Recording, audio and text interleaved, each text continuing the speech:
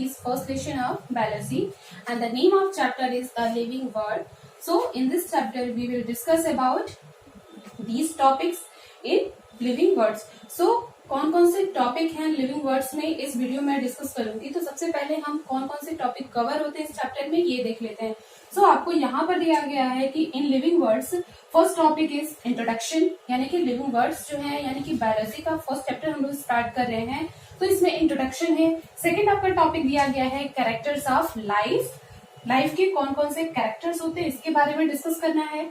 Third topic is diversity of life, life में कौन कौन सी डाइवर्सिटीज हैं इसके बारे में डिस्कस करेंगे। नेक्स्ट आपका जो टॉपिक दिया गया है binomial nomenclature and next one is कि what is classification of animal and plants. Next one is taxonomy and next है आपका टैक्सोनॉमिक कैटेगरीज। अब यहाँ पे कैटेगरीज में कौन कौन से कैटेगरीज आते हैं इसके बारे में डिस्कस करेंगे। लास्ट टॉपिक आपका जो इस चैप्टर का है वो है टैक्सोनॉमिक एड्स। तो इस तरह करके आपको इस चैप्टर में इतने टॉपिक्स को कवर कराया जाएगा। सो फर्स्ट आपका जो टॉपिक दिया गया है कि इंट्रोडक्शन, क्या होता है इंट्रोडक्शन, इसके बारे में डिटेल में पढ़ लेते हैं।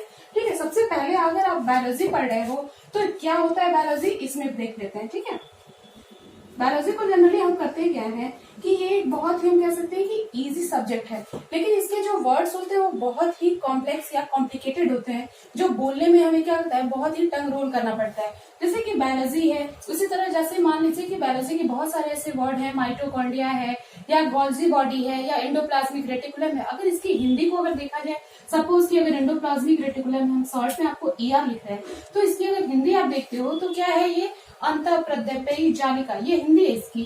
तो जनरली क्या है कि अगर हम बायोलॉजी पढ़ रहे हैं तो इसके वर्ड्स को हम क्या करें, ब्रेक करके पढ़े, यानी कि छोटे छोटे में उसको क्या करेंगे, ब्रेक करेंगे और उसको इजिली हम क्या कर सकते हैं, पढ़ भी सकते हैं और समझ भी सकते हैं। उसी तरह बायोलॉजी को हमने लिखा है और इसको छोटे टर्म में यानी कि 2 पार्ट्स में इसको ब्रेक करेंगे, क्योंकि इसमें देखना है कि बायोलॉजी है क्या।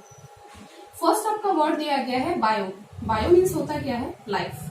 ठीक है, बायो मीन्स हो गया लाइफ एंड लॉजी मतलब होता है आपका टू स्टडी। ठीक है, आपका दिया गया है यहाँ पर कि बायोलॉजी, अगर ऐसे आपसे पूछा जा सकता है कि बायोलॉजी है क्या, तो डायरेक्टली आप कह सकते हो कि टू स्टडी ऑफ लाइफ, यानी कि जहां पर हम लाइफ की स्टडी करते हैं उसी को हम क्या कहते हैं, बायोलॉजी कहते हैं। ठीक है, अब यहाँ पर आपका आता है कि कोई भी सब्जेक्ट अगर आप पढ़ते हो तो इसको सबसे पहले स्टार्ट किसने किया, यानी कि इसके फादर कौन है। ठीक है, जैसे कि अगर आप लोग देखते हो अलग अलग से जो भी चीजें हैं आप लोग जो पढ़ रहे हो, जैसे पॉलिटिक्स है, हिस्ट्री है, मैथ्स है, तो इसके फादर हैं। उसी तरह बायोलॉजी के भी क्या है, फादर है। तो अगर आपको पूछा जा रहा है कि फादर ऑफ बायोलॉजी, ठीक है, यहाँ पर आपको बिल्कुल बेस बताया जा रहा है फादर ऑफ बायोलॉजी। अगर आपसे पूछा जा रहा है तो इसका आंसर आपका हो जाएगा फादर ऑफ बायोलॉजी, ये है एरिस्टोटल। एरिस्टोटल, लेकिन इसी को अगर हिंदी में कहा जाए तो इसको बोलते हैं अरस्तु। ठीक है, तो अरस्तु एक साइंटिस्ट थे जिन्होंने बायोलॉजी को डिस्कवर किया सबसे पहले, इसलिए उनको हम क्या कहते हैं, फादर ऑफ बायोलॉजी। अब यहाँ पर टर्म दिया जाता है कि जो बायोलॉजी है इसको हम 2 पार्ट्स में डिवाइड किए हैं। इन द बेसिस ऑफ हम कह सकते हैं कि जो भी प्लांट है, एनिमल है या अदर ऑर्गेनिज्म है, तो ऑर्गेनिज्म के बेस पर हम बायोलॉजी को 2 पार्ट्स में क्या किए हैं, डिवाइड किए। First one is zoology and second आपका आता है यहाँ पर बॉटनी।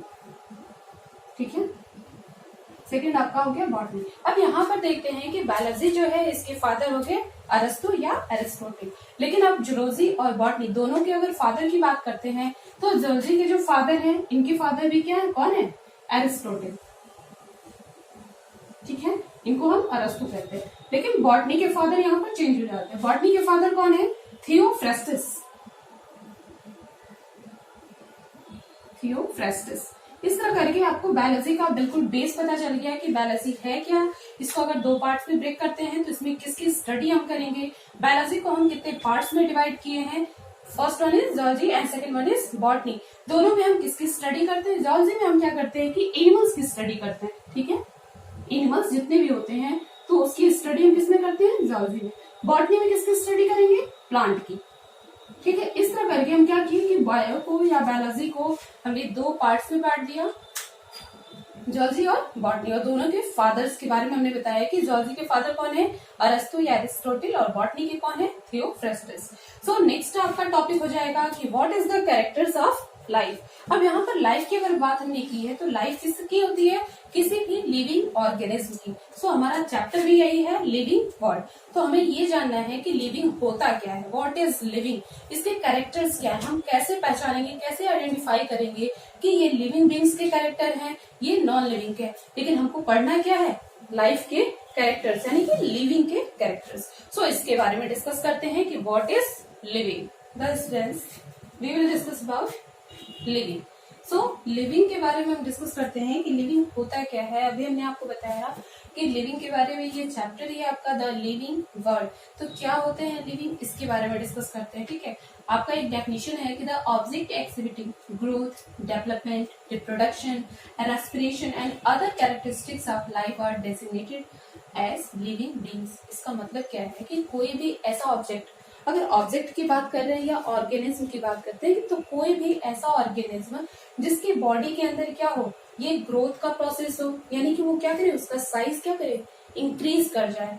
सेकेंड है डेवलपमेंट, यानी कि उसके बॉडी के अंदर डेवलपमेंट हो, विकास हो। थर्ड वन इज रिप्रोडक्शन हो, रेस्पिरेशन हो।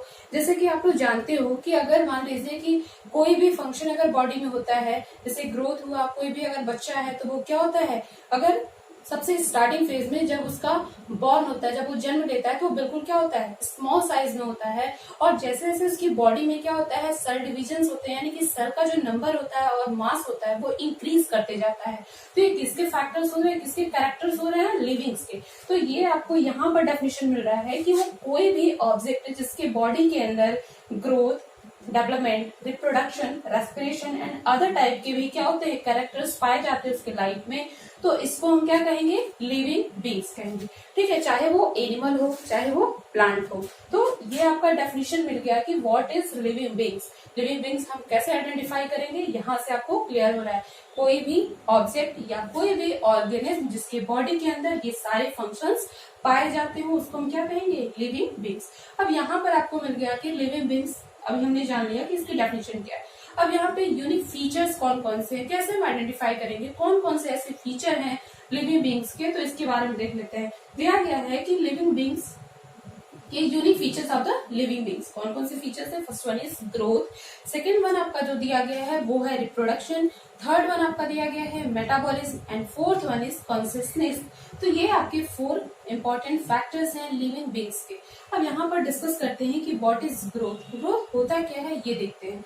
किसी भी लिविंग ऑर्गेनिज्म में, अगर हम बात लिविंग की ही कर रहे हैं, तो कोई भी अगर लिविंग ऑर्गेनिज्म है, चाहे वो प्लांट हो या एनिमल हो, तो उसके बॉडी के अंदर number of cells and number of mass क्या हो, इंक्रीज हो। और यही क्या कहलाता है, ग्रोथ कहलाता है, जो आपको यहाँ पर लिखा गया है। Living organism grow in mass and number, यानी कि उनकी बॉडी के अंदर क्या हो रहा है, जो नंबर ऑफ सेल्स हैं, ठीक है, नंबर ऑफ जो सेल्स हैं वो क्या कर जाए, इंक्रीज करें। और उसकी जो मास है, ठीक है, मास का मतलब क्या है कि कोई बच्चा है या कोई छोटा सा प्लांट है, अगर कोई सीड है यहाँ पर, तो जिसमें इसमें ग्रोथ होता है, तो ये सीड क्या होता है, यहाँ पर अराइज कर जाता है, एक छोटा सा आउटग्रोथ निकलता है। कुछ समय के बाद क्या होता है कि यही आउटग्रोथ बड़ा हो जाता है और इसमें रूट का फॉर्मेशन होता है। और अगर अपवर्ड डायरेक्शन में जाता है तो यहाँ पर सूट या स्टेम का फॉर्मेशन होता है।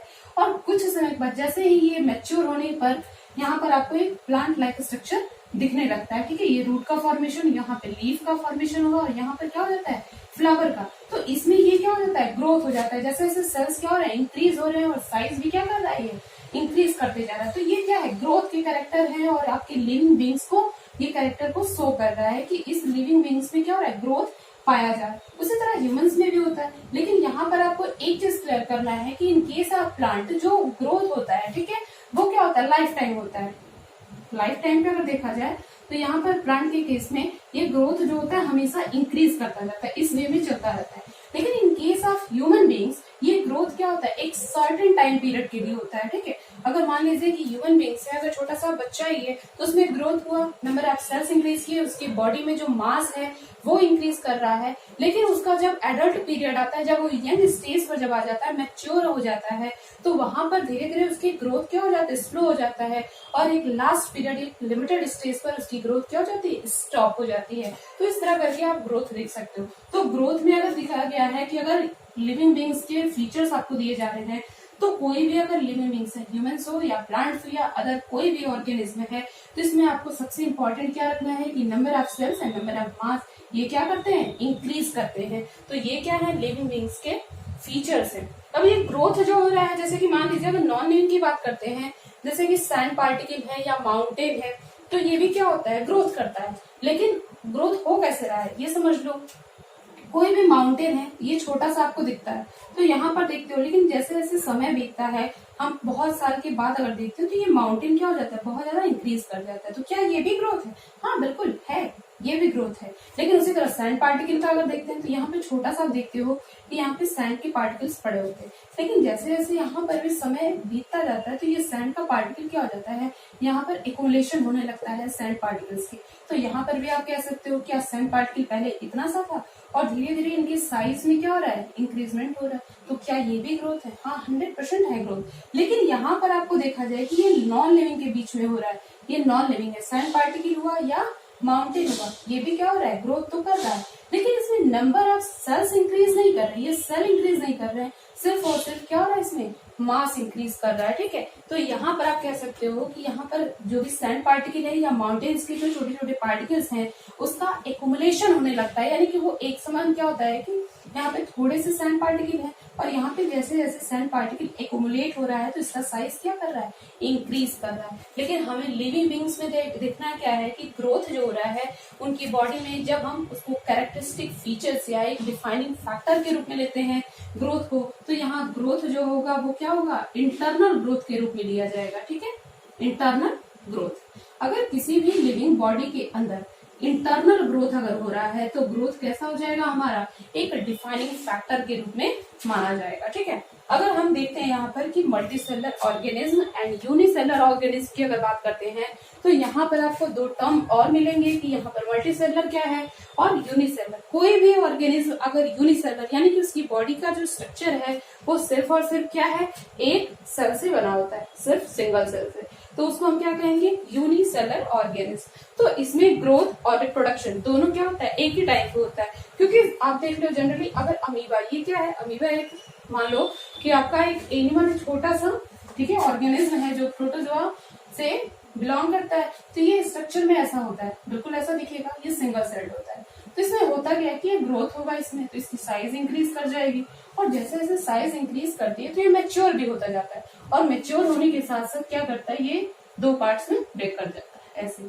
तो यहाँ पर क्या करता है, ये रिप्रोडक्शन का भी प्रोसेस ग्रोथ के साथ ही कर लेता है। तो ये यूनिसेलर का केस हो गया। सेकंड आपका दिया गया है मल्टीसेलर ऑर्गेनिज्म। मल्टीसेलर में क्या होता है कि कोई भी मल्टीसेलर ऑर्गेनिज्म, जैसे कि मल्टीसेलर कौन हो गया, ह्यूमंस हो गए। तो ह्यूमंस में क्या होता है, पहले उनका ग्रोथ होता है, यानी कि पहले उनकी बॉडी क्या करती है, डेवलप करती है, साइज में बढ़ता है, मास में बढ़ता है। जब वो मैच्योर स्टेज तक जाते हैं तब वो क्या करते हैं, रिप्रोडक्शन प्रोसेस करते हैं। तो यहाँ पर थोड़ा सा आपको लर्न करना है कि in multicellular organism first is growth and then reproduction is occurs, but in case of unicellular organism growth and reproduction both are same time. ठीक है, तो यहाँ पर आपको चीजें लर्न करनी पड़ेगी ग्रोथ के लिए।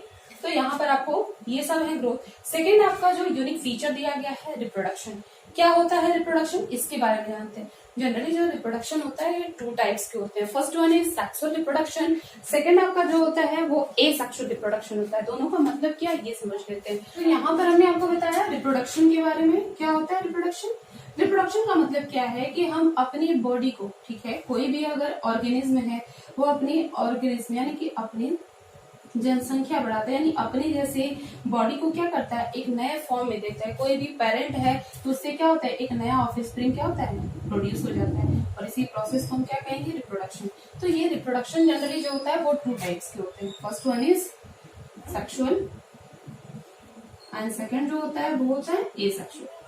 ठीक है, ये आपके दो तरह के रिप्रोडक्शन होंगे। अब यहाँ पर दिया गया है कि जो सेक्सुअल रिप्रोडक्शन होता है बाय द फ्यूजन ऑफ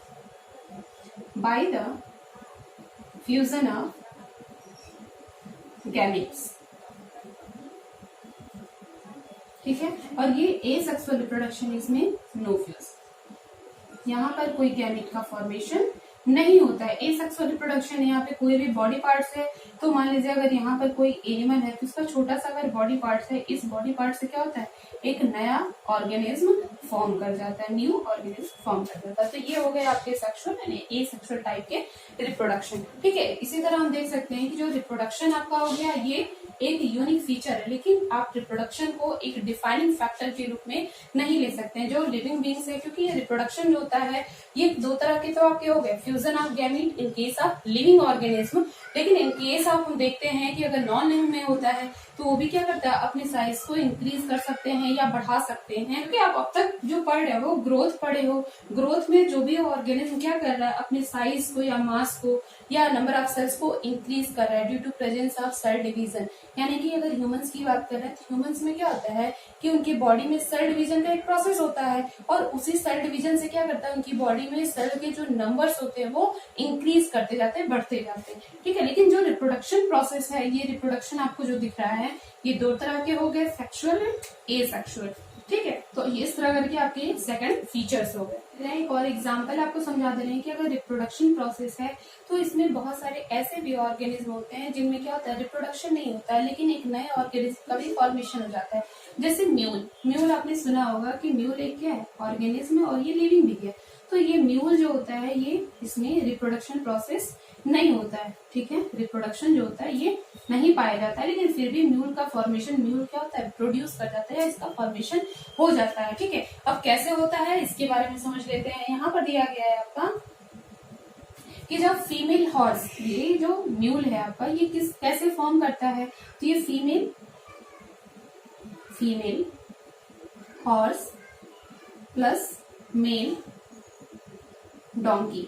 ठीक है, अगर इन दोनों का हम स्पर्म और क्या करते हैं, ओवम लेते हैं, तो ये दोनों क्या करते हैं, आपस में मिलकर इसकी जब मैटिंग करवाते हैं तो मैटिंग करवाने के बाद हमें क्या मिलता है, एक म्यूल का फॉर्मेशन होता है। ठीक है, तो ये एक रिप्रोडक्शन इसमें प्रोसेस तो नहीं हो रहा है, क्योंकि इसमें आप देखते हो कि सेक्सुअल रिप्रोडक्शन ही, दोनों को अलग अलग हम क्या करते हैं, मेल से स्पर्म लेंगे और फीमेल से ओवम ले लेते हैं, दोनों को क्या करते हैं, मीटअप मीट करवाने के बाद हमें म्यूल का क्या हो जाता है, प्रोडक्शन होता है। तो ये भी क्या है कि अगर देखा जाए तो जो रिप्रोडक्शन प्रोसेस होता है वो सारे लिविंग ऑर्गेनिज्म में नहीं पाया जाता है। जैसे कि आप जान रहे हो कि all living organism reproduce a child या न्यू बॉर्न बेबी या ऑफ स्प्रिंग, लेकिन यहाँ पर क्या आपको दिख रहा है कि जो रिप्रोडक्शन प्रोसेस होता है ये रिप्रोडक्शन, तो इसमें सारे लिविंग ऑर्गेनिज्म रिप्रोडक्शन प्रोसेस नहीं पाया जाता है। विदाउट रिप्रोडक्शन भी क्या हो सकता है कि एक नए ऑर्गेनिज्म का फॉर्मेशन हो सकता है, जो आपको एग्जांपल में दिया गया है। और ये एग्जांपल आपके लिए बहुत ही इंपॉर्टेंट है, इसको आप चाहो तो नोट कर सकते हो कि without the help of reproduction a new organism are produced with the help of female horse plus male donkey. ठीक है, तो इस तरह आपको ये कैरेक्टरिस्टिक फीचर्स में नहीं आएगा कि ये क्या एक डिफाइनिंग फैक्टर नहीं है, हम डिफाइन नहीं कर सकते हैं कि ये लिविंग ऑर्गेनिज्म का क्या है, एक डिफाइनिंग फैक्टर है। रिप्रोडक्शन को हम डिफाइनिंग फैक्टर के रूप में नहीं लेते हैं। तो ये आपके दो टर्म हो गए, ग्रोथ एंड रिप्रोडक्शन। नेक्स्ट आपका जो दिया गया है मेटाबॉलिज्म। क्या होता है मेटाबॉलिज्म, सबसे पहले ये जानते हैं कि मेटाबॉलिज्म जो प्रोसेस होता है ये दो प्रोसेस से मिलकर बनता है। First one is catabolic and second one is anabolic reaction.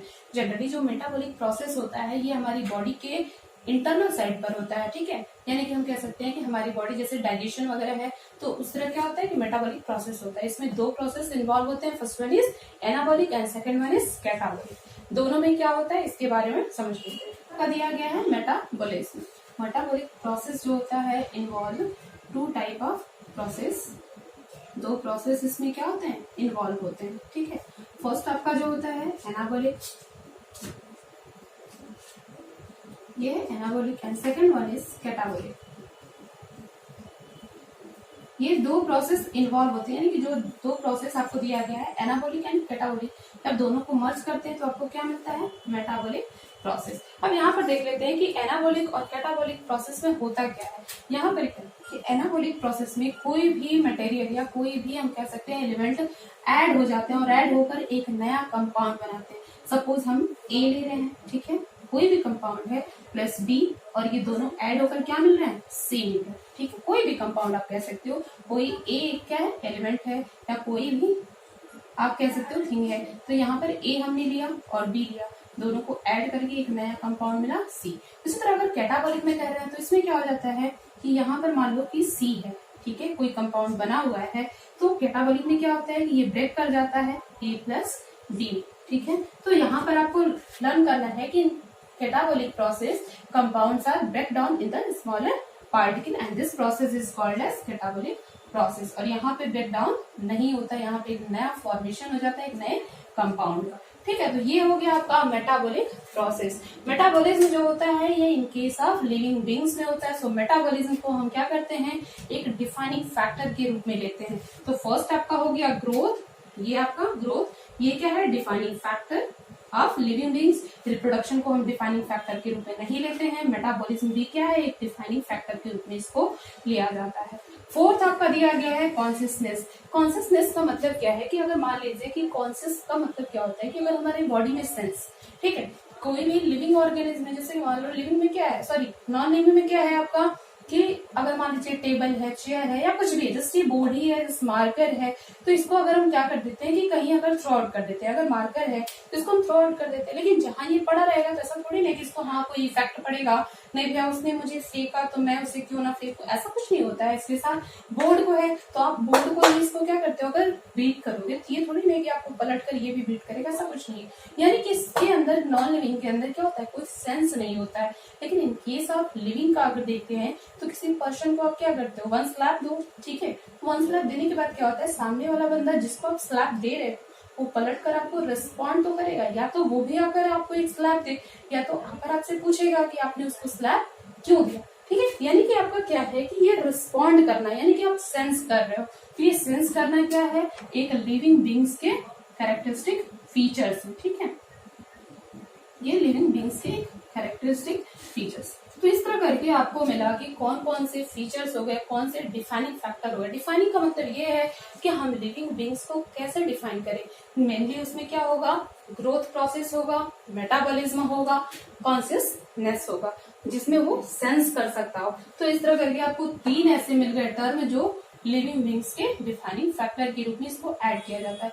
Reproduction होता तो है लिविंग बींग्स में, लेकिन ये क्या है कि बहुत सारे ऐसे भी लिविंग बींग्स हैं जिनमें रिप्रोडक्शन प्रोसेस नहीं होता है, इसलिए हम डिफाइन नहीं कर सकते। मान लीजिए हमने म्यूल के बारे में अभी थोड़ी देर पहले आपको बताया, म्यूल क्या है, लिविंग है, लेकिन उसमें रिप्रोडक्शन प्रोसेस नहीं होता है, इसलिए हम इसको डिफाइन नहीं कर सकते हैं कि जो लिविंग बींग्स है उसमें रिप्रोडक्शन नहीं हो रहा है तो वो कैसे है, उसको डिफाइन नहीं कर पाएंगे, इसलिए वो डिफाइनिंग फैक्टर के रूप में हम इसको इंक्लूड नहीं करते। तो ये आपके 3 ऐसे टर्म हो गए, ग्रोथ, मेटाबॉलिज्म एंड कॉन्शियसनेस। ये क्या है आपके defining factor of the living beings. So यहाँ पर आपके हो गए characters of life. Next video में आपको बताऊंगी कि what is diversity of life, यानी कि लाइफ में क्या क्या डाइवर्सिटीज हैं, इसके बारे में नेक्स्ट वीडियो में आपको डिस्कस करूंगी। आई होप कि आपको सारे पॉइंट्स ये समझ में आए होंगे। सो वीडियो अच्छा लगा हो तो वीडियो को लाइक कीजिए, शेयर कीजिए एंड सब्सक्राइब कर लीजिए, पास ही दिए गए बेल आइकन को भी प्रेस कर लीजिए। और कमेंट सेक्शन में आप अपने डाउट्स जो भी है उसको कमेंट करिए ताकि मैं आपके डाउट्स को क्लियर कर सकूं। So thank you.